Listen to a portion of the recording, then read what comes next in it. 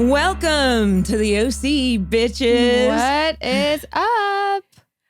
Well, quickly, before we get started, Rachel, how are you doing today? I'm doing splendid, Melinda. How are you? That's lovely. I have a question for you. Have you been dreaming? I mean, we talked to Josh Schwartz a little while back, and I was having dreams about the OC because we're doing so much research. And have you been having dreams? I've been having dreams. Not sure if they're OC related. Oh my gosh. So this morning at 6:50 when my alarm went off, I woke up out of a dead sleep and I was having a dream that I was auditioning for Josh Schwartz. And I asked him if I could wear my glasses because I couldn't read the audition. And Chris Carmack was there asking me if I was okay because I was acting weird. And I said, well, I just had a hearing test and this is true. I have a small bit of hearing loss. And he was like, oh, that makes sense. And then my alarm went off and I'm like, thank God that's not real. But you know what is real? What? Today, we have a very special fondness for our guest today. He was born in our nation's capital. He spent his youth in Maryland as an athlete. And also I read that he was a camp counselor somewhere special. But in high school, he turned his attention to theater and music. He attended NYU at the Tisch School. He plays sax, guitar, he sings, he's a husband and a father, and he's one of the nicest actors we've ever worked with. Is there anything that you are not? No, you are definitely not just a pretty face. You all know him from Nashville and currently Grey's Anatomy, but we remember him best as the boyfriend, Luke Ward, our very own Chris Carmack. Woo! Hey, how are you, dear? It's so great. good to see your face. Oh, it's so good to see you guys too. I was so excited when you guys got in contact with me and I heard about this project. I was looking forward to seeing you guys so much. It's great. Aw, Chris, you're just the best, the nicest human I've ever come across. You are just so cool, and you are a husband and a father now, which is kind of crazy. You have a 4-year-old, right? Yep. Yeah. She's 4.5. I can't, like I said, I can't guarantee she doesn't make an appearance. I hope she She's does. running around. I hope she does. You know, Chris and I mean, I was on Nashville for a minute, so we got to see each other then, but I don't remember if you met her on set or anything, because she was 2 at the time. I think I did meet her on set. You yes, did. Yeah. We had, highfalutin plans of getting the kids together, but it didn't happen. No. Madness. That's right. What's your daughter's name? Her name is Kai. Kai. Yeah. Beautiful. So pretty. When I was doing this, do you guys remember when the show first came out? They had these posters and Ben's character was the rebel. Misha was the girl next door. Seth was the loner and Luke was the boyfriend. Do you remember those posters? Oh, I remember them. For publicity? I bet you some of my family members have them stowed away in their basement somewhere. Do they?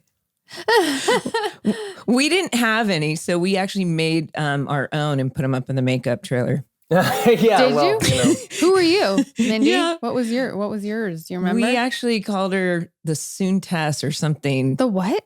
Well, it's a very it's a bad word. Oh, based on the C word. Got it. The C word. Okay. It's like a B word. Got it. A B word or a C word. Okay. Yeah. Well, how to segue? I was like, I don't remember. Yeah, I'll let you guys dig your way out of that one. I'll be over here. Well, oh my goodness. It was a different time. Can you believe though it was 18 years ago? Well, when you say it like that, it sounds like a long time.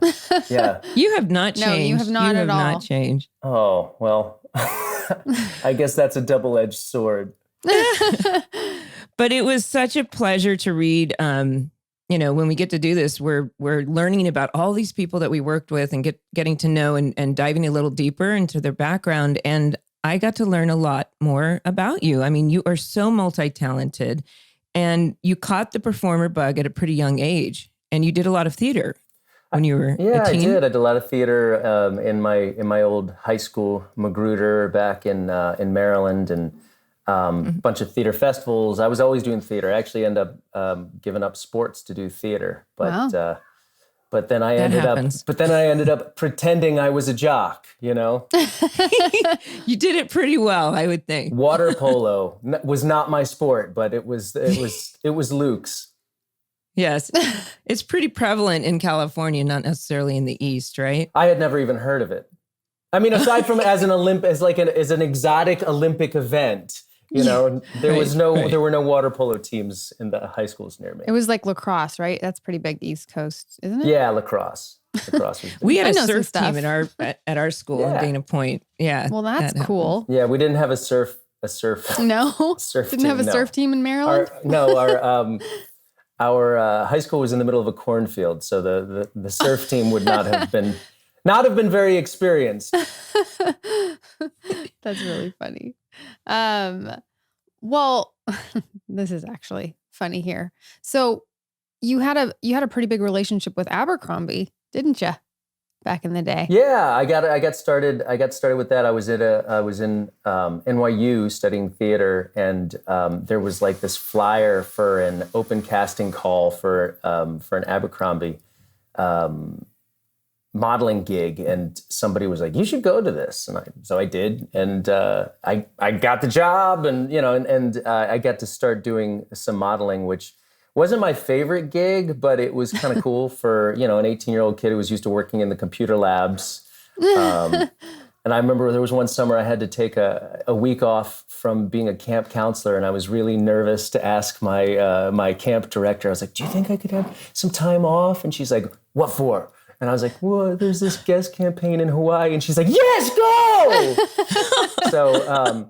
So yeah, I got to do some fun gigs, and that was a cool way to start. And in fact, I think that was one of the things that gave me an edge to get the role of Luke, because at the time I was auditioning, there was like a billboard with me in my underwear on Sunset Boulevard or something, and I think. I don't think it was the pilot, but I think it was soon after there. Josh Schwartz wrote into the script one of the other characters calling me Abercrombie. And, totally. Yeah. So yeah, it worked its way into the OC sphere.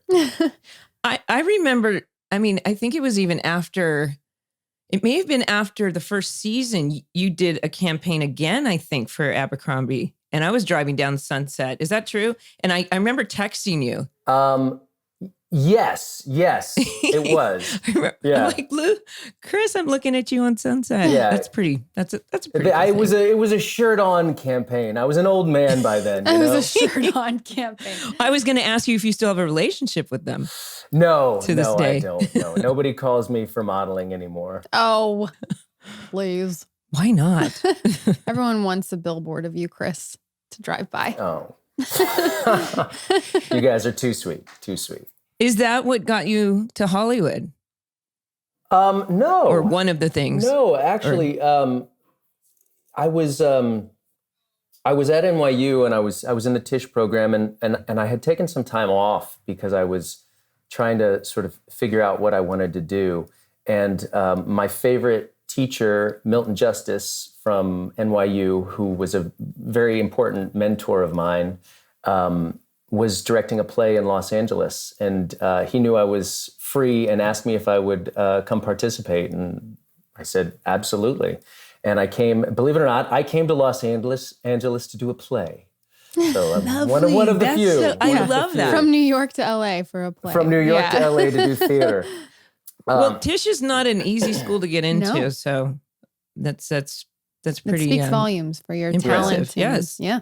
For sure. Well, yeah. Thanks. Yeah, it was a good program, and I learned a lot there. But I did, after doing a play here, I managed to get some representation and started going on auditions, and I just kept extending my semester off, and I never went back. Wow.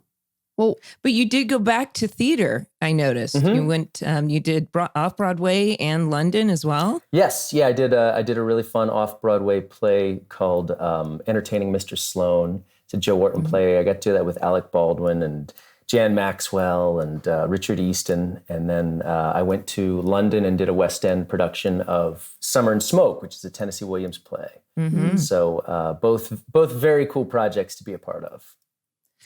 Yes, and you are a true thespian. I loved learning these things about you. I remember when we did the OC, and you shared with me about your music and being a saxophone player as well. Mm-hmm.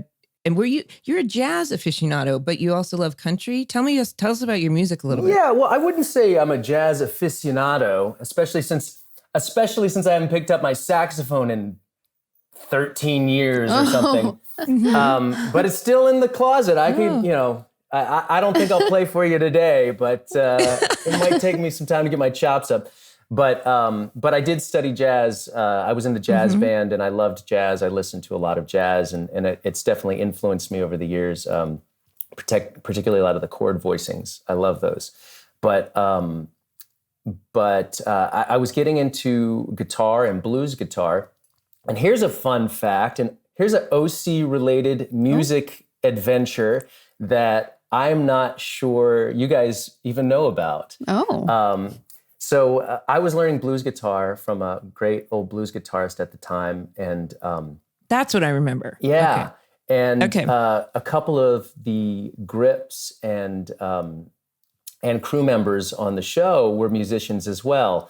Kyle Drevlo was a good friend, became a good friend of mine. I know Kyle. Yeah, he played drums, and we kind of just sort of hatched this plan. He brought his drum set in, and he put it in Jimmy's apartment. And we brought in a couple of amps. And at lunchtime, we had that hour walk away lunch. Everyone would go get lunch. Well, a couple times a week, we would stay in Jimmy's apartment and we would jam. And Peter Gallagher even joined us one time and regaled us with a tune. But that began the band we called Jimmy's Apartment. Oh my God. We were this close to a recording contract, but no, I think a reunion needs to happen. I feel like, you were really onto something. Yeah, I never knew that. I continued to make music with Kyle for many years. We had a little backyard blues band that we played in. I love that. And we'll get into it, but we actually get to see, I think this episode ends up reflecting more who you are. We see that Luke has I noticed the guitar and everything, and he's much more intelligent than the audience has gotten to see him. And then he's a serious student. That's right. So cool. But before we get into that, I was just curious that you and Rachel worked on Nashville together. And was that ultimately kind of the dream job for you, to be able to be an actor and sing and record and such? It was a total dream job. It was really a pinch me kind of job. And the good news is I knew it while I was doing it. So I really was enjoying it and drinking it in. And I look back on it with absolute fondness. And I wish it could have lasted longer, as all those great jobs.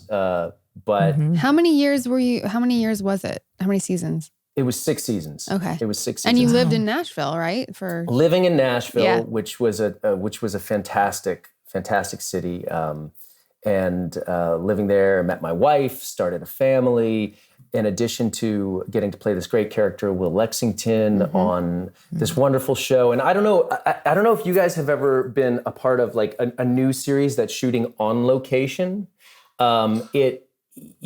Everybody's in the same boat, right? It's like, it's not, a lot of shows, when you pick up a show in Los Angeles, people are living their own lives and you get to know them slowly. But when you're all in a new situation and you're meeting each other and you're looking for a social group, you really bond in a really special way. And that's what happened on the set of Nashville. And in addition, the city itself and the country music infrastructure was excited we were there and shooting. We were like this novelty, and they opened up their doors to us in the kindest way. Country music is a very sort of kind environment anyway. But we'd perform a song on the show, and they'd be like, "Hey, why don't you come do that on the Opry this weekend?"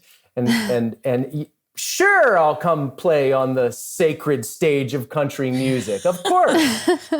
It was just, they gave us the keys to the kingdom, and it was a surreal experience.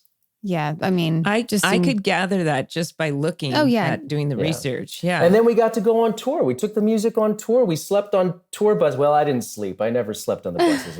The buses were terrible, but we got to go on tour. And we took it on tour to the UK a couple times. We got to play these great songs from the show, as well as original music. Steve Buchanan, who was in charge of the touring stuff, basically hired the band that we played with year after year, which is Blackie and the Rodeo Kings. Look them up; they're awesome. And they'd back up the cast of the OC. Cast of Nashville. But there's an idea for you. Yeah. Let's take the cast of OC on tour. Taking it on the road.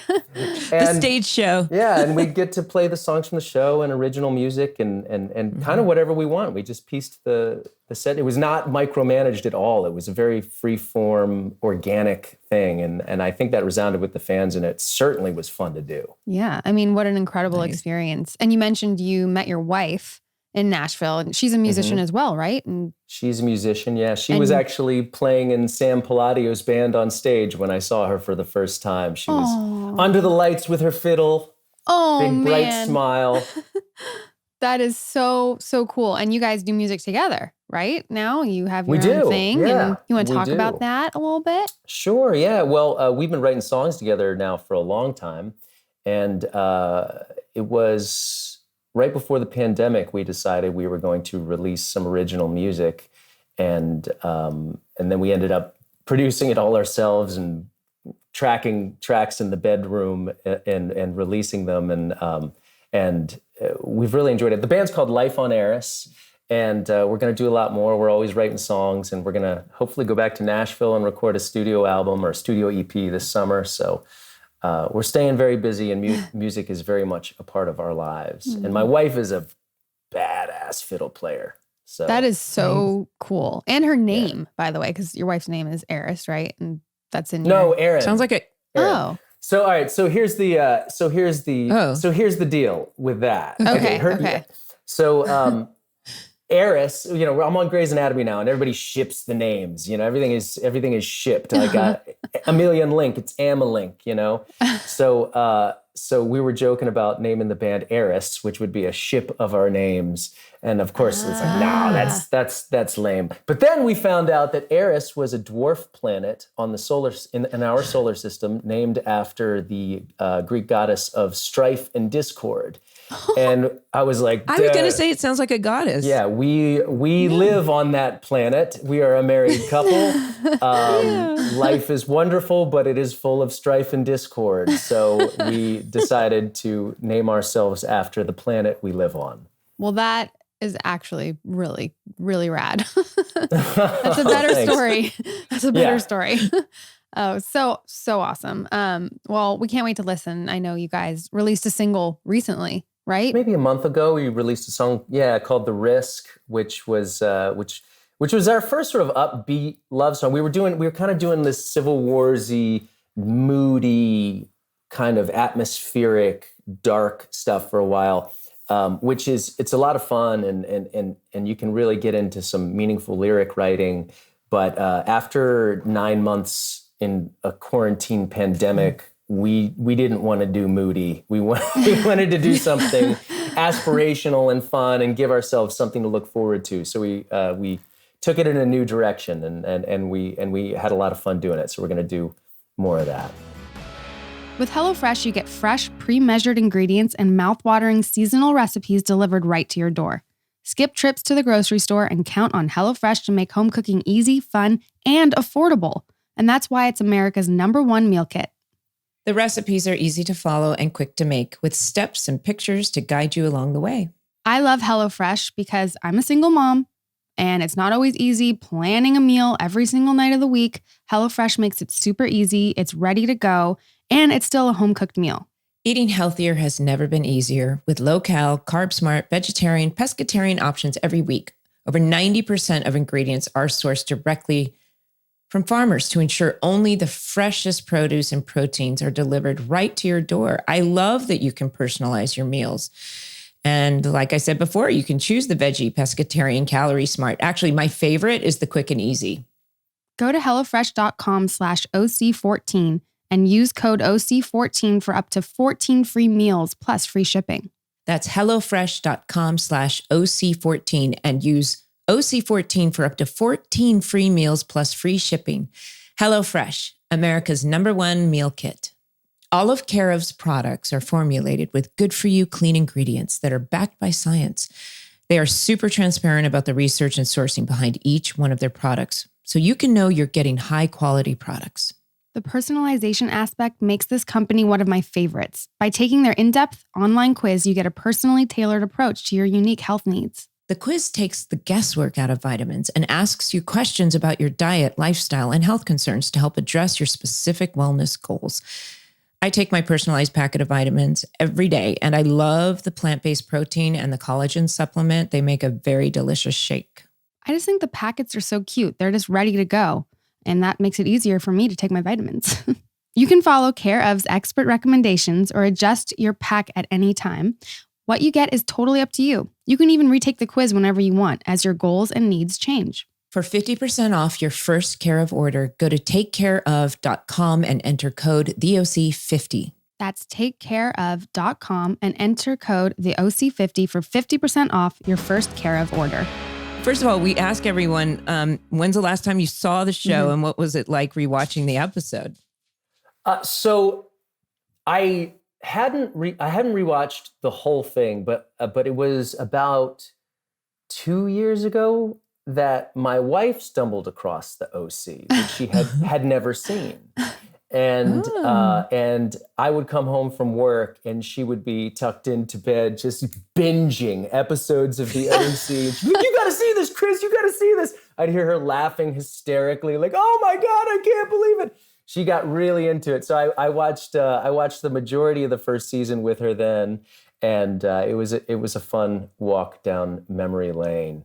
And then I rewatched The Secret last night, which is the episode I know you wanted to focus in on with me. So I watched it last night. And yeah, it's a trip. It's a trip. Yep. I mean, before we get into, we're going to go over that episode. We was babies. I know. It's crazy, isn't it? To see just a bunch of babies. Like just basically dripping with afterbirth. Sorry. Disgusting. But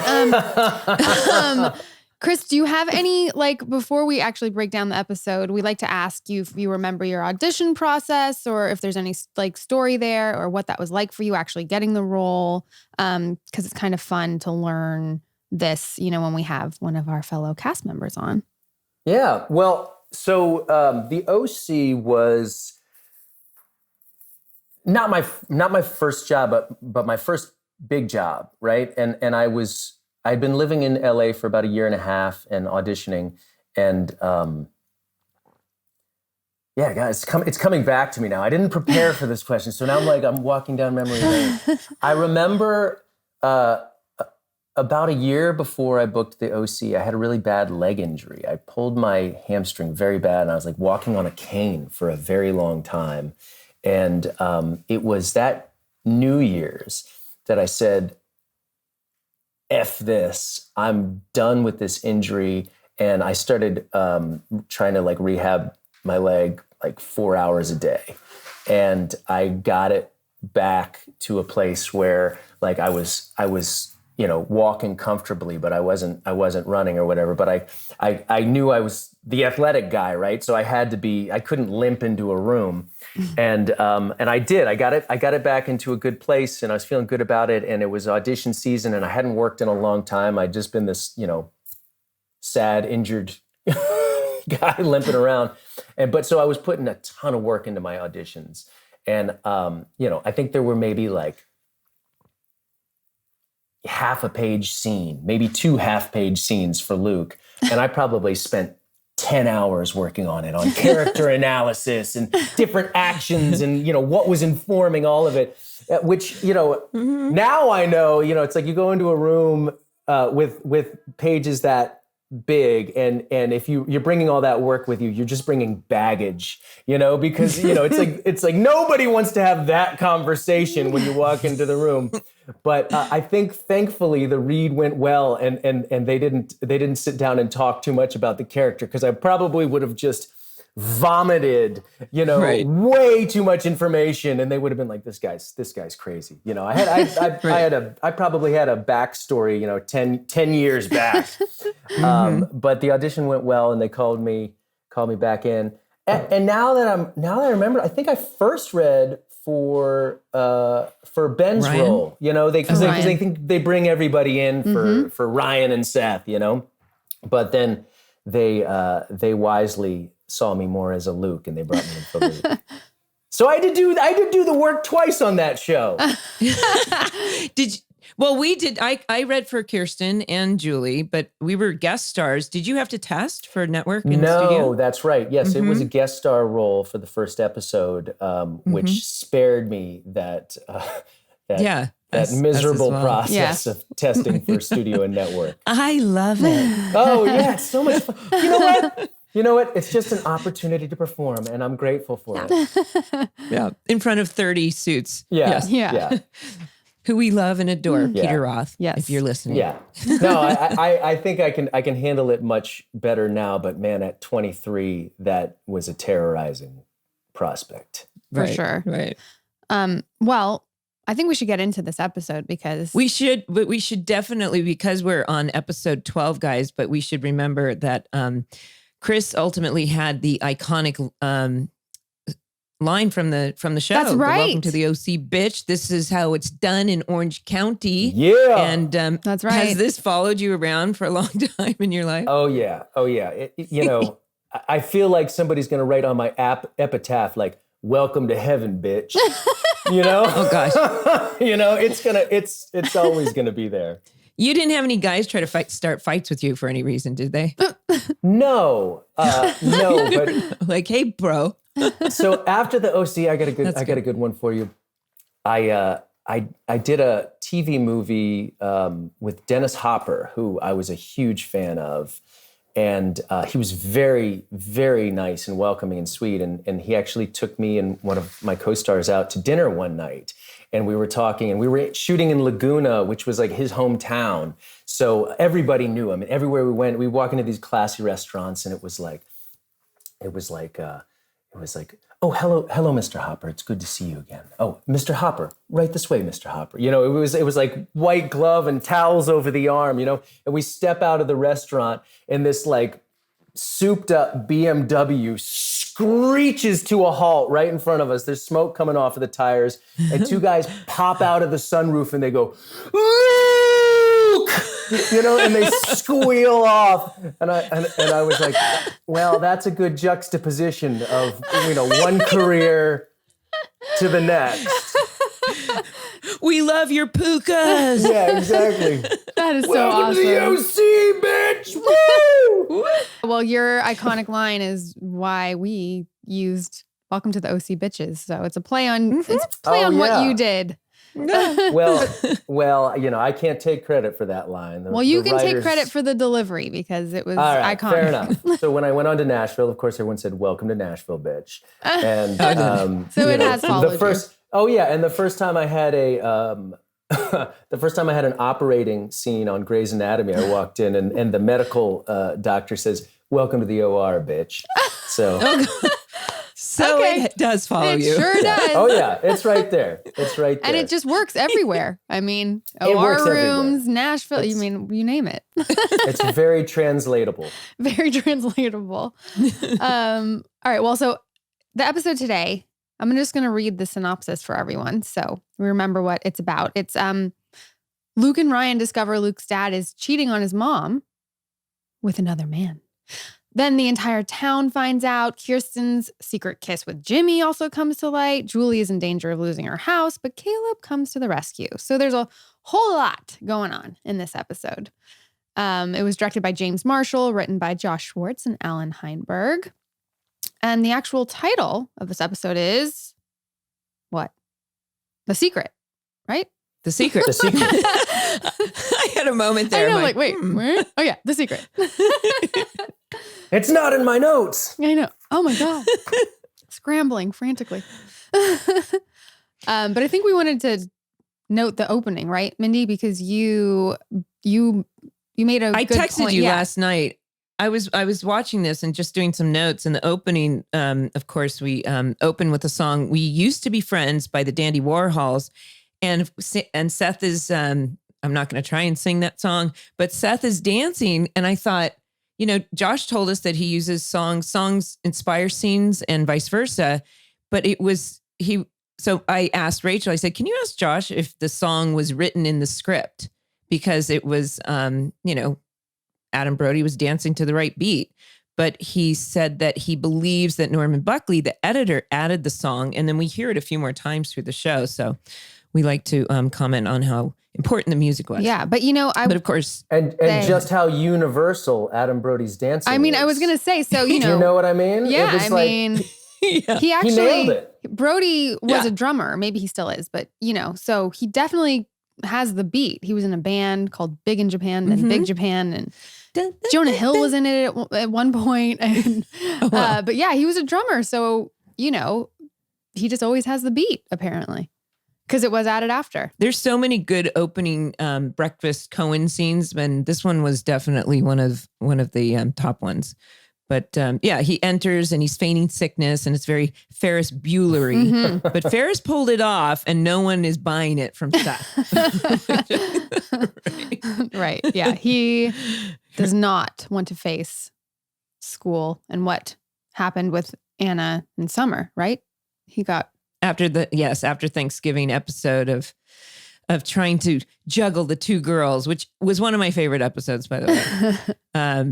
But and of course we have to mention, Josh loves to comment on the cardio bar, the yogalates, and Peter just loved doing that scene, so it was just a really great scene to see that Ryan and Sandy are the funny ones today, and that Seth and Kirsten are not. Yeah, Ryan's jokes were pretty good, and he's like smirking the whole time, and I was like, okay, yogalates. Yeah, but I have a question for you. Is yogalates a real thing? I was wondering the same thing. I wonder if he's when I did. Josh overheard me talking about cardio bar, and he puts it in the first episode of season 2. And he, but yogalates, maybe they do it now, but yes, I think it is real. It might be because he made it up. Yeah, I don't know. Did he invent that? Did he get a patent on that? I don't know, but he definitely would do things like that. Yeah, it definitely went through my mind. I was like, that sounds like something I would try. Like, does it exist? Anyway, I really liked Ryan's jokes though. The summer flu and antibiotics. Thought that was clever line in that one. But I think we should go to school where we find you, Luke, and you guys are in class together, history class. And it's like a random pairing up, and you, of course, get paired up with Ryan. And you guys get the Spanish Inquisition, and I feel like that was purposeful, but I didn't do my. I meant to look up the Spanish Inquisition to like learn a little bit more about it, because I'm sure there's some parallel, right? Or do you guys know? Probably when I was 23, I was close enough to what I now refer to as my education, that I would have caught the meaningful. Gesture of the Spanish Inquisition, but I can't remember right now. I can't remember. I thought about that too, and I didn't go that deep to figure out what Josh's intention was there. I even wrote it down. What's my, how it is, kid brain. You know what I mean? Like I wrote it down. I'm like, I want to look this up, and here we go. Okay. Yeah. And then as the scene ends, then Luke and Ryan are staring at each other. But I noticed this and I had to hit pause. The teacher is saying, and Stephanie and Bobby will be doing the Protestant Reformation. Stephanie, are you listening? Miss Savage. I didn't catch that. I didn't either. Yeah, Stephanie Savage is Josh's writing and producing partner, and she was the producer and writer on the OC. And apparently, she was in class that day, but not paying attention. This is Josh putting his Josh's isms, I guess, as we call them, maybe. Yes, his isms. He likes to throw a little, hidden treasures, so to speak. Little Easter eggs. Little Easter eggs. Well, we go to lunch. Marissa gives Seth a hard time about Summer. And she thinks it's really weird that Ryan and Luke are going to hang out. Oh, yeah. Like, what are they going to talk about? And it's like, what are you guys going to talk about? Yeah. Seth goes, I know exactly what they're going to talk about. Yeah. You. Yeah. Little does he know. And then, let's see. Jimmy's still trying to get full restitution to avoid jail time, but he doesn't want to sell the house. We know that's not going to go down well. But this is actually, I want to say, Rachel, the scene coming up, the school bathroom. Yeah. For some reason, it sticks in my mind as kind of a famous scene. Really? Go on. Because of the floss. The floss. For some reason. The floss. It's so, I didn't remember it at all, and watching it, but I thought the same thing. I'm like, you're flossing at school? Like, that's kind of weird. I think people started flossing more because of this. This is the impact of this show. I'm not kidding. The legacy of the OC is young women everywhere. Their dental hygiene just shot off the charts. That's the takeaway. If you saw a bathroom during that era, the wastebasket would just be piled high with discarded dental floss. Yes. And I think to myself, okay, well, who was it? Alan or Josh who wrote the script? Who came up with that you should floss in between lunch and dinner and take it with you? And I really think that the dental hygiene's gotten better. And also this is well, so Rachel, I have to ask, waxed or unwaxed? That could take on a few meanings there, Chris. Wait, no. Let's just keep it clean. Let's keep it clean. Oh gosh. I'm a fan of what's the thing that looks like a sword? Oh, really? What are they? A toothpick? No. Well, no, like the floss that has a handle. Oh, yeah. Those things. Those I know Oh what you're man, talking you about. guys. I know what you're talking about. I like the really harsh rope, that dental tape. I go for the rope too. Yeah. If I could fit it, I'd get twine from the hardware store and use it, Right. Yeah. My wife likes she likes the gentle, like the satin, glide. the satin strips, Yeah. but I like to get in there. But wisps, I feel like I discovered wisps on the OC. They're like the little mini toothbrushes, you guys. I love that we're going off on a whole dental hygiene kick. Well, it's one of the most powerful legacies the OC has left, so it's appropriate we talk about it. Absolutely. You're ready to get back outside, but your closet says otherwise. Get some much-needed style updates with the help of Stitch Fix. Stitch Fix offers clothing hand-selected by expert stylists for your unique size, style, and budget. It's a completely different and fun way to find clothes that you'll love to wear. Every piece is chosen for your fit and your lifestyle. It's the easy solution to finding what makes you look and feel your best. I love that there's no subscription required. You just pay a $20 styling fee for each box, which gets credited towards pieces you keep. And there are no hidden fees ever. This is so much fun, especially for me who loves style, fashion, and it makes it so easy.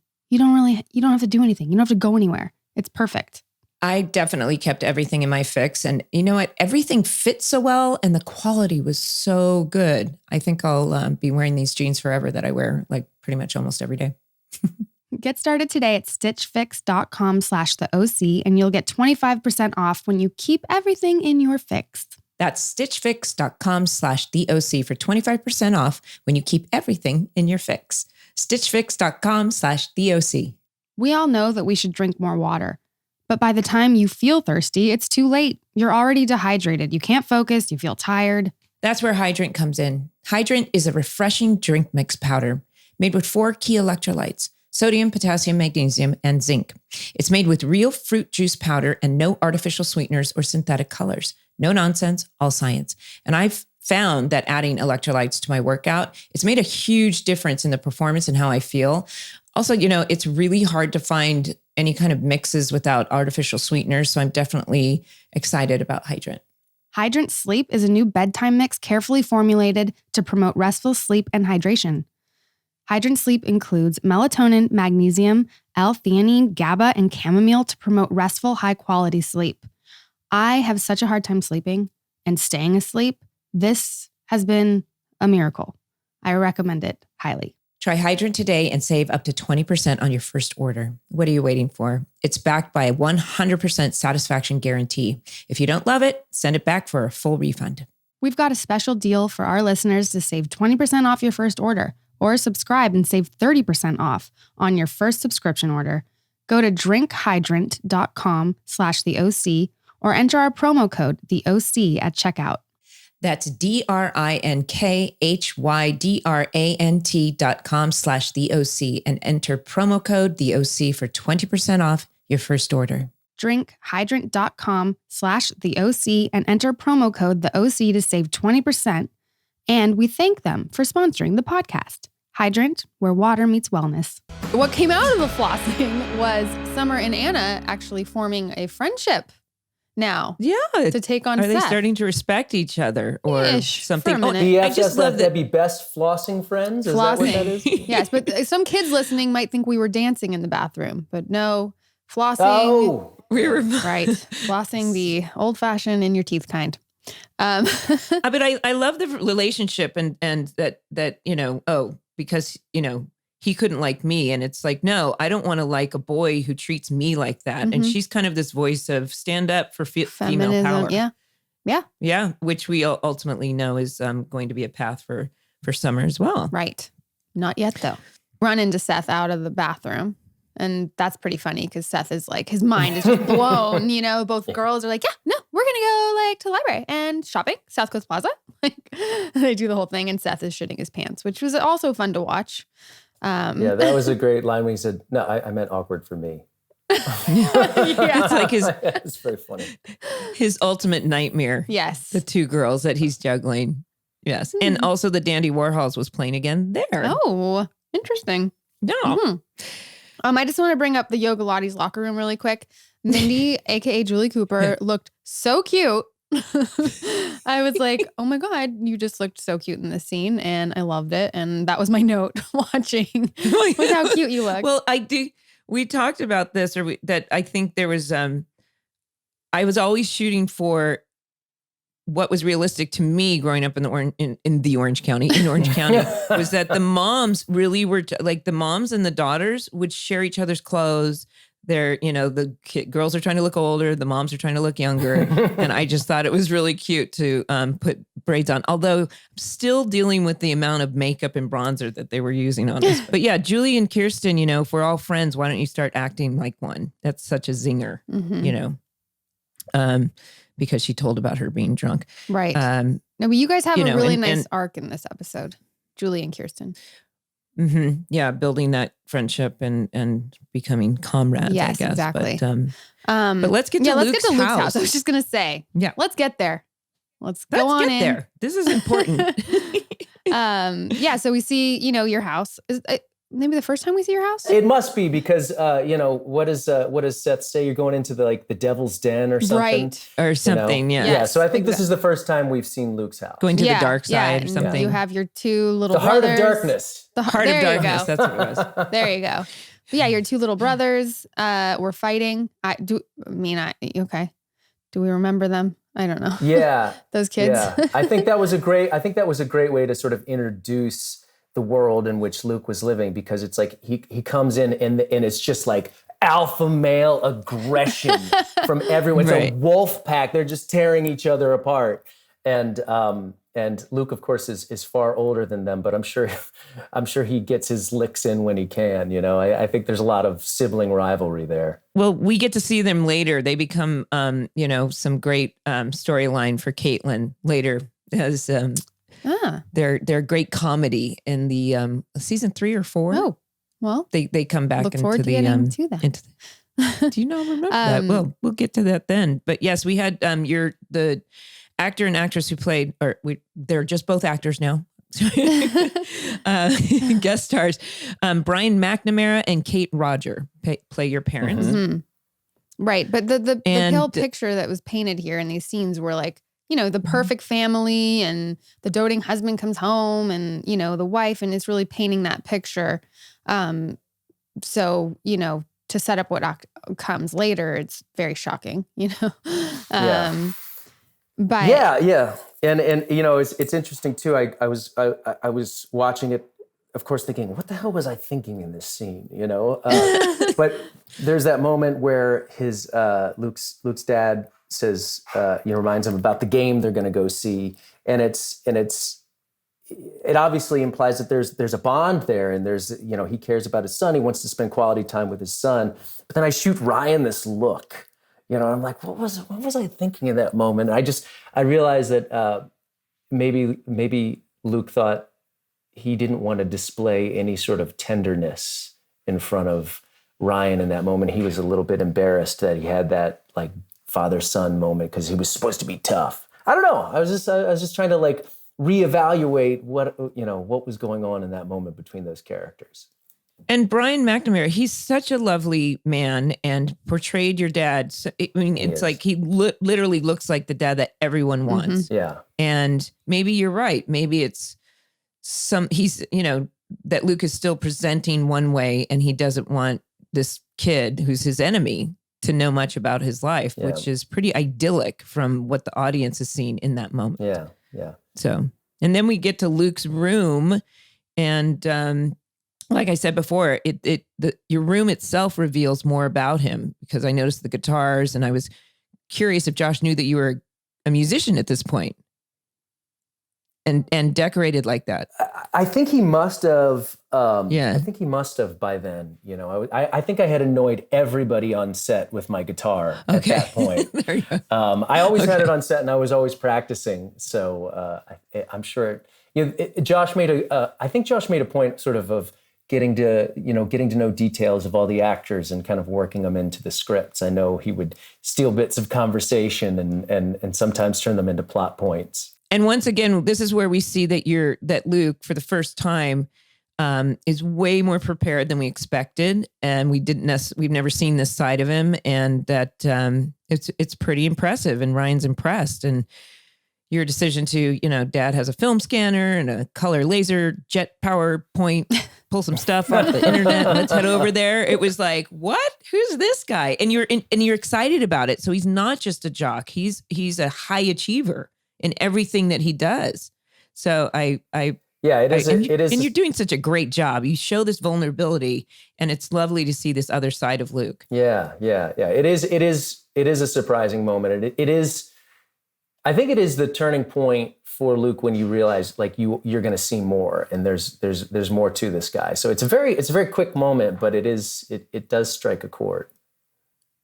Yeah, the layers are being revealed. We're excavating. We're getting deep. Yes. Let's get deep. Well, this is a very deep episode. Yeah, there was a lot of emotion in it, and it kind of sets. This is where it sets Luke up to become he becomes an outsider, but then we get to see this funny, lovable side, and you, as an actor, you get to do so many other things in the subsequent episodes after this. Mm-hmm. Yeah. I get to do a lot more than just, you know, scowling and punching. And calling Seth queer. Yeah. Mindy, do you want to go over the scene with you and No, Jimmy? let's go to the office. I was going to say, let's go to the dealership. Yeah, let's stick just go there. to because we have plenty of Julie to talk about in the future. Let's go to the. You mean when she does porn? Hey, or has a relationship with the said boyfriend. Yeah, no. See, I like talking about Julie too. I like me some Julie Cooper. Welcome to the OC bitch wasn't the only thing I hear about all the time. Oh, goodness. Well, you've got to come back for that episode. Yeah, that's right. There's definitely more there, guys. Have me back. All right, let's go to the dealership because this is a big for scene. The epic scene. Yes. Yeah. And you know, I can't imagine like having to put yourself in the shoes of Luke and this revelation. I mean, they're set up so perfectly. Your dad and his business partner, quote unquote. You know, and this is revealed that your dad is having a relationship with another man. I mean, think about a kid in high school and discovering it in this way. Like, I was really thinking about how, you know, challenging that would be. I don't know how much you've thought about it or if it affected you or what you put into it at the time. But you play the scene so like amazingly well. And Ryan's there with you. And it's like, you know, the person you hate the most in school is now going through this with you. So there's like so many things happening in this scene. I mean, first you guys are broing out in the Mustang with the music and stuff, but like there's like a whole, you gotta sit here, man. You gotta try this. Yeah. But I don't know what that was like for you or, you know. Yeah, well, it was a very complex moment. As you said, there was a lot going on. I think the biggest thing is it's like entering an alternate universe. You know, it's like going through a wormhole because all of your expectations about, you know, your family and who you are and who your father is and who he has told you he is and who, you know, your reality in that moment or Luke's reality in that moment, at least what I was thinking, it's almost like, you know, getting twisted and warped and, you know, what is happening right now? Add the component of he's, you know, someone else is there too. And he's, you know, this is all, you know, my whole world's going to fall apart. That's what that moment is because, you know, not only is he discovering an extramarital affair, which would be traumatic in and of itself, but we're discovering that my father might be somebody else than the person I thought he was, or, you know, he has this massive secret. And what is that? And what is it going to mean? I mean, there's just not time to process it. It's almost just like mental shutdown. You know, get out. Let's run away, which is what Luke does. Right. But teenagers not before he trips the car alarm and gets caught. Yeah, of course. Not before he comes pretty dramatic. Yeah. Teenagers don't have the capacity to even even to hear about divorce. Yeah. So let alone these details of what he is experiencing. It's like all of a sudden knowing you live in a matrix that's completely, you know, a reality unto itself. Yeah. And that's right. He doesn't have time to process it. And it's like, you know, watching it, I'm almost wishing like he hadn't tripped the car alarm because like maybe then he would have had time to like talk to his dad before his dad came out to his mom, and then it spread through the community like wildfire. I'm getting ahead of myself. I'm sorry. I know we got scenes to do. But yeah, fired. you know, it's like he's the one that discovered it, but he didn't have time to process it before it blew up. And I feel bad for Luke because of that, you know. Oh, I absolutely. I was like, I mean, I wrote a bit of a confusing moment for Luke, to say the least. Yeah. That's putting it mildly, right? Yeah. And I wish for Luke that he had time to sort of like talk about it with his dad before it was out into the wild. But yeah. Well, and I think obviously we're getting into when we go to the pool. That's house, a different show. That's a different show. You know, it's like. Yeah, no, not like real life, like how you handle things. That doesn't happen. In the OC, man, it's like, you know, somebody's got their ear to the ground. Oh, yeah. They know what's going on. But like I said, this show turns, you know, when the Real Housewives came from this show, and maybe that show is contrived, but boy, does this kind of stuff happen all the time. But when we go to the pool house, this sets up for the theme of, you know, how gossip is so absolutely damaging to people, and privacy isn't really respected. And this storyline could happen in any small town America. Sure, absolutely. I mean, I remember at my daughter's private school, or something would happen, everybody knew about it. And you know, and whether it was, I don't think it was so much schadenfreude, is that how you say it, but or it could have been out of concern, but people knew everyone's lives. Yeah. But I like, you know, you tell Ryan, like, you can't say anything about this. So you think that maybe there's going to be like an alliance and you guys are going to be a little cooler now. And then you cut to the next day at school and you're just like, get the fuck away from me. You know, you're just, it's back to it, you know, which obviously is a defense mechanism. But, we skipped over that Ryan winds up telling Marissa. Right. When you were saying in the pool house, which leads to the whole gossip thing. But Yeah. I don't know. Or the I mean, what do you think? misunderstanding. Yeah.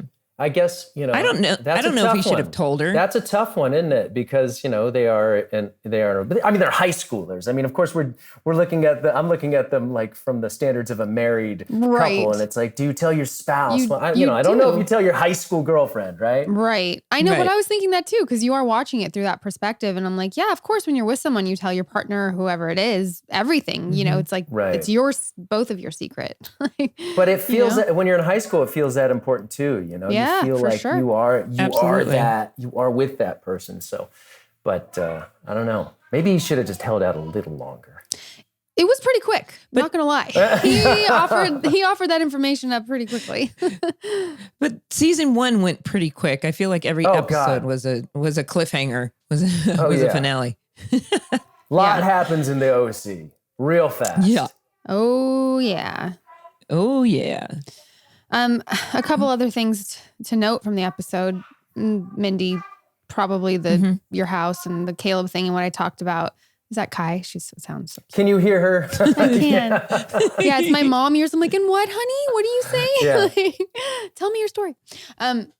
But yeah, just to note that we talked about you and Kirsten's arc, and she talks to you about Caleb. You mean when we go to the crab shack and have some pizza fried food and beer? Well, that was another thing where you form your friendship. You guys get out of there because they start gossiping about Luke's dad in the locker room. Commiserating. You're like, and she's like, have you eaten? You're like, fried food and beer. You guys just get out of there. Oh, right. Well, that's the yogalates diet right there. But you can see, yes, Julie and Kirsten are forming this friendship, which, Kelly and I did, we became very close. Every time we left the set, we went out to dinner. Really? In Beverly Hills. Yeah. We're foodies. But also what else is going on? Obviously the biggest thing is with Luke and his dad. But Seth is still being tortured by Summer and Anna. Until Seth comes and apologizes, by the way. Yeah. Like I know I'm jumping, but we know all the details in between, but he apologizes so sincerely. And then both of the girls immediately separate like, oh, we're not friends anymore, which is so high school. That was a great moment. Yeah. So high school. Yes. It's like, oh wait, he was so, okay. Never mind. Gotta go. That's okay. Cause I think Lit Mag is going to run a little late. Yeah. Exactly. Typical high school fashion. The boy likes me. Peace out, friend. One other thing worth noting that happened, is, that Jimmy, why he would do this, but it's for the story, tells Sandy that he tried to kiss Kirsten. What? I know. Like, that's what? We talked to Tate, and he was like, we're like, what? How do you get away with this stuff, Jimmy? He actually would tell him, like, why would he do that? Yeah. And Peter played it so well. I'm trying not to visualize your head as a golf ball right now. I mean, when he says that, you're like, why would you... first of all, it's just a kiss. Like, you get married, you know what I mean? It's not like he slept with her. There's this huge, he kissed her. She didn't kiss him back. There's no need to tell, right? But Kirsten's been giving him so much shit about Rachel. That's true. And when they when they have their scenes together, Kelly and Peter do so well. Oh yeah. And and I love them together, and I love their problems, and I love how they solve them. Mm-hmm. I think it's definitely a relationship really to look up impactful. to. Yeah, I agree completely. Yeah. Still don't think Jimmy should have said it, but. Yeah, now that was a facepalm moment for sure. Let's jump to the baseball field. I know there's a lot with and Ryan and Marissa are fighting because the rumor gets out about your dad and all of that. But yeah, and we've already mentioned all that. Okay, I want to talk about you guys at the baseball field. You're in the dugout. Yes. You, Marissa, and Ryan. And Marissa leaves. And then those two assholes come up from another school. By the way, the dude looks like 35. Anyway. Was he the stunt guy? What? Was he the stunt guy maybe? No. Or was he the actor? What? He's one of my best friends. From that day? Yeah, before that, we were like best buddies, and he auditioned for it. He got the part. I had nothing to do with it. He just so awesome. Couldn't believe it. I love that. Was he 35? Yeah. No, what's his name? My buddy Rand Holdren. Aww. So, nice. Okay. Yeah, so that was a hoot getting to have that altercation with my good buddy. And he's like, I can't say this to you. This is so messed up. Bro, just say the words, man. It's late. We got to get home. Say it. You can't say that word is really harsh, you know? Yeah. Well, yeah. I mean, and actually, that was, I believe, it was edited out on some of the feeds. Really? Well, yeah. That's a really, it's very offensive. derogatory It's very offensive. word. Absolutely, absolutely. I couldn't believe that it was in it, to be honest. Yeah. Although, I think it was. I think it showed how much, bigotry and hatred is just, can come right up under the surface around certain things. And,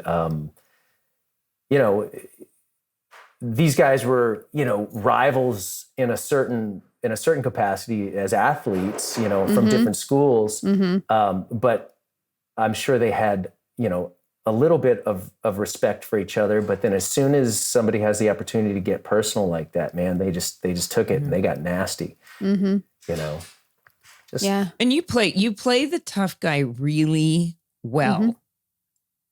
Yeah. But also we just saw you, apologizing to Ryan and being really upset and running out of the house and pouring your heart out to Ryan. And as soon as somebody gets in your face, it's like you just see that anger and that comes right out. And but it was cool because there was, I think Luke has been, prone to anger anyway. Like, Luke is not somebody who I think sort of deals with his feelings by talking. I think we see that over and over again. I think he deals with it by sort of shoving it down, running away, and then sort of like aggressively putting it in, in different places. A lot of times it was at Ryan for the first, half of that season. And in this moment, there's so much going on with Luke. He's not able to process. And this guy gets up in his face about his dad. And, Luke's processing all this stuff about, he still loves his dad, and he's trying to reconcile these two worlds that are clashing together. He's trying to process something bigger than he's ever processed before. And then this guy is going to give him an out. He's going to let him put it in his body and be aggressive, which is, I think, Luke's go-to. So it's like, it just takes a split second for him to go to, his old way of processing, which is fight. Well, yeah, but I like that you and Ryan team up, because that's Ryan's way too. That's all he knows. And so you you see you guys on the same side and you team up to like beat these dudes up, which you do very well. The mean streets of Chino. That's right. He goes back to his roots, baby. And they do. They have this great moment of solidarity where they look at each other and like, are we going to do this? And they do. And, well, and because now the audience is invested in you, Luke, as as a comrade of Ryan. So the fact that he has Luke's back now is it's very rewarding for the audience. Yeah. Until 10 more dudes roll up and you guys are screwed. Oops. Oops. Yeah, you look, I have to say, I mean, obviously, they're making fun of you because it's your dad, but when you guys show up at the Coens and they're kind of carrying you in, Marissa and Ryan, you look so beat up, and Ryan's like, I know. Kind of a little. I'm like, dude. Yeah, it's like, yeah. Ryan definitely was better at evading blows. Yeah, apparently you look pretty bad. And I was like, I'm like, yeah, did they just like throw Luke on the ground and everybody's in a circle kicking him and Ryan's on the outside going. Yeah, he's just like, oh, that sucks. Yeah, trying to help but not able to. Right. Yeah, no, Luke definitely took the brunt of that beating. Yes. Yeah. There, yes. It's so painful. You can just see the pain. Of course, Sandy is the voice of reason and has no problem giving one of his cheer up speeches. Yeah. You're the kind of father any kid will be proud of. It takes a lot to come out and do this. Don't disappear. Yeah. But yeah, it was a classic Sandy pep talk. And I like that message that, that the show was giving. Yeah. No, the OC had some good messaging in a very palatable package.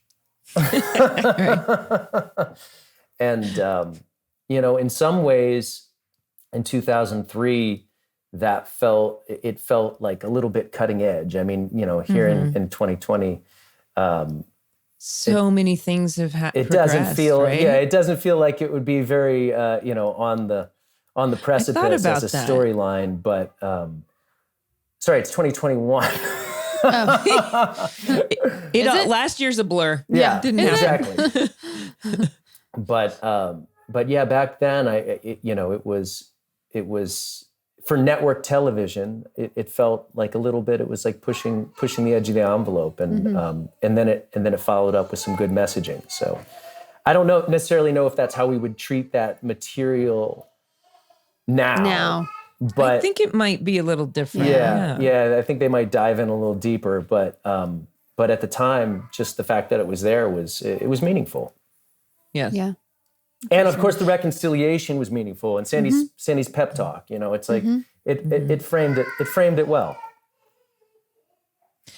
So in our last scene, though, it really sets up for something I said before, this new storyline that Luke gets, this new path that he gets to go on, because you've got Ryan, Luke, Marissa, and Seth, and they're the new band of the outsider misfits, the OG Fab Four, and we're getting ready for the funny, goofy Luke. Yeah. Luke really comes out of his shell after this. Yeah. And it's great when they're staring up at the high school, and he says, this is going to be weird. Right. Like being on this side of things. But it's also, the beginning of Luke finding meaningful friendship for the first time, and people who have his back in a very different way. Like you can see even in the hallways earlier in the episode, to go back, I laughed out loud. What's your dad's favorite TV show? Dawson's Crack. Oh gosh. Yep. Oh man. And these were guys in leather jackets. These were probably Luke's buddies that you find out in an instant turn on him and don't have his back and just want to, be a-holes.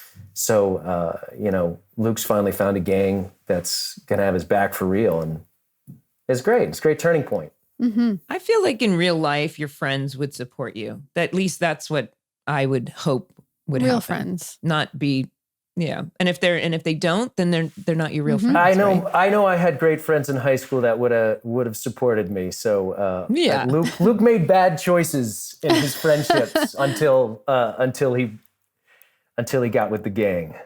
I think the message is that life happens, and it's how we learn and move on, and live in the moment. So, yay for Luke! It brought so much new material, and we have so much more to talk about in the future with Luke, because you had some very funny moments. I can only imagine it was a blast for you to play. It was a blast for me to play. Yeah, it was. Yeah. Luke, after that point, it was different character. It was a wild ride. There were a lot of different sides of Luke. We were unpacking Luke very quickly, and it was every episode was like, oh, this is a new thing. Oh, this is a new thing. So I don't think we never really got to fully explore Luke and see where he lands, but he was trying out a lot of different personalities after that. I think he was my booty call. Yeah. Oh yeah. Can't wait to talk about that. Yeah. Yeah, but you were just fantastic, and like we said, a lot of things to do with Luke. We have some quiz questions for you, Chris. Oh, this is going to go poorly. That's okay. No, you might get it. All right. Well, the first one I feel shot. like we covered, right? Mm-hmm. The first one I feel I like think we did good. Yeah, we did. Unless you can we do multiple choice? Is it true or multiple false? choice? Well, the second question, I actually noticed this. Maybe you did too. But what channel does Luke put on the radio in the car? This stuck out to me because I remembered. Oh, okay. I'm going to have to guess, but there was an insert of it. I feel it was like 106.1 or 106.3? 106.6? One more. 106.7. Yes! It's K-Rock. That was K-Rock, right? It's K-Rock, okay. famous K-Rock. Which was like more, like, oh my gosh. Hello. K-rock, like Indie? K-rock. It's K-rock. Indie Indie, rock. like rock. Progressive kind of, just more like rock, like Nirvana would be on K-rock or what, you know what I'm saying? Right. Anyway, so that's It was The Cure when I was a or teenager. The Cure. Hey, would still be played, I'm sure, because iconic. Well, we already talked about this, but what them, kind of car are you and Ryan in at the dealership? We said it, so it's kind of cheating. That, right? Do you remember the It's car? 450 horsepower red Mustang. I think there's a couple other stats. All I remember is the 450 horsepower. Right. That's a lot of horsepower. Yeah, sure is. And do you remember your brothers' names? No, total stump there. Total stump. What are they? It's Brad and Eric. Brad and Eric. Great. Yeah. Mm-hmm. No, missed that one. Yep. Nope. Just okay. Well, Mr. Chris Carmack, thank you so much for being here, and congratulations on all your success. Yeah. And I know you took time out of your schedule. I know you're shooting Grey's Anatomy right now, so we'll tune in for that. And hopefully we can have you back if you're ever interested in talking about and listen to your music. I can't wait to hear all of your music. So great to see you. Oh, thank you. Yeah, Chris. Yeah, no, it's great to see you guys. I love seeing your faces. Hopefully, maybe we can do something in person before too long and get a catch up. We're talking about some kind of reunion when we can all get together. Great. Yeah, for sure. Yeah. Peter's hosting. By the way, Peter, you're hosting. And then, absolutely, Rachel. Let's get the kids together soon. And it's so nice to see your faces. I've missed you guys. You too. You too, dear. Yay! Thank you, Chris. Thanks. All right. And in case you want to use it at any point, here you go. Welcome to the OC, bitch. Yeah, we got You're it. Awesome. You, my friend, are the shit. Okay. Mindy, shall we listen to some voicemails? I almost dozed off there for a moment. Wake up. Where was I? I was reminiscing about Luke and Julie. Well, we will get there because boy, do you guys. He's the sweetest guy. He is the I sweetest. love seeing him. Seeing him on Nashville, like it was as if no time had gone by. He was just so welcoming and awesome, and honestly, a real gem. That Chris Carmack. Right. He just has such a positive outlook on life, and just lives it to the fullest. Yeah. And so talented. It was, I'll say it again, a real pleasure to read about him and see that he's just got such a varied past and so talented. Mm-hmm. He was an athlete, he's a performer, and so happy for him. Yeah, and to listen to his music, I'm really excited. Yes, let's listen to his music. Let's listen to some voicemails. Okay, voicemails.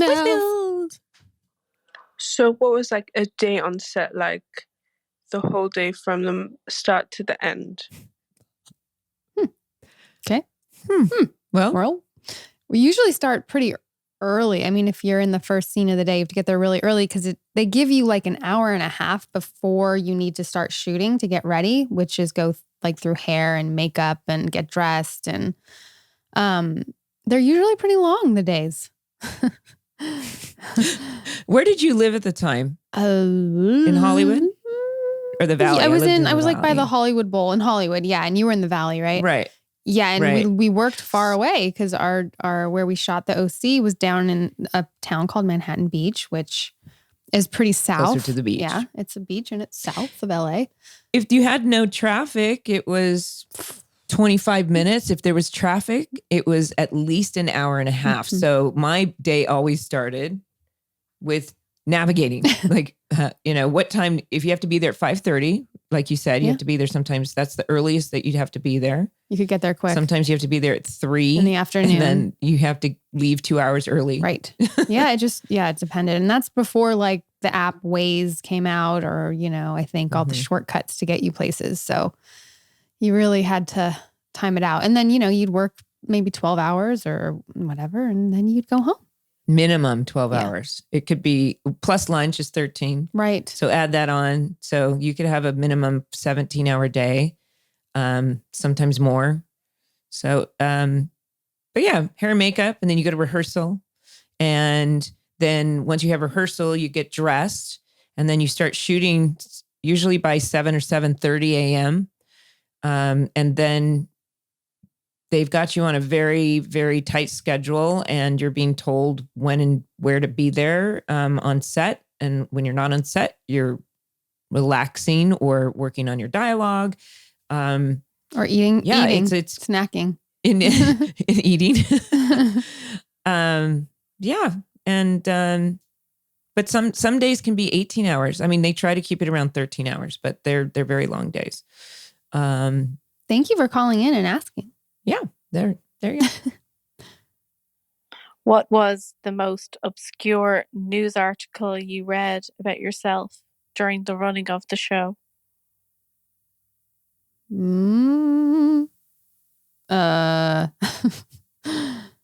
Gosh, that was so long ago. I'm sure I was probably pregnant a couple times or something like that. I mean, that's usually a go-to. I don't remember obscure things. I mean, I remember that like IMDb, when they start writing, they would get things wrong. Like, I don't know. Like that's a tough one. I mean, or I was supposed to do things. I don't know. I don't really know the answer to that. Thank you for asking, but I don't know. Yeah, that's a tough one. Let us know if any of you guys remember one. Maybe that would be helpful because Rachel and I don't have a memory of that. Apparently, we remember nothing. Sorry for not a better answer, but let's just say I was pregnant multiple times. Not true. Okay. Really? though? That is. I mean, I feel like that definitely comes up a lot. I would probably get that just because I was sticking my stomach out, right? Her posture was so bad, she must be pregnant. Any excuse to make up some kind of story. Okay. But thank you guys for calling in. We really appreciate all the questions, and we will continue to answer them and hopefully know more stuff about ourselves 18 years ago. But anyway, thank you for listening today. Follow, rate, and review Welcome to the OC Bitches wherever you listen to your podcasts. If you like to watch us, check it out on YouTube.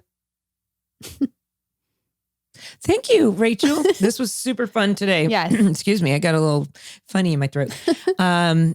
Like I said, it was such a pleasure to catch up with Chris Carmack. Yes. Our boyfriend. Yeah. On the OC. Everyone's eternal boyfriend. Yeah. Join us next week. And thank you all for listening. We love you. Mwah. Bye, Rachel. Bye. Love you too. Love you. Okay.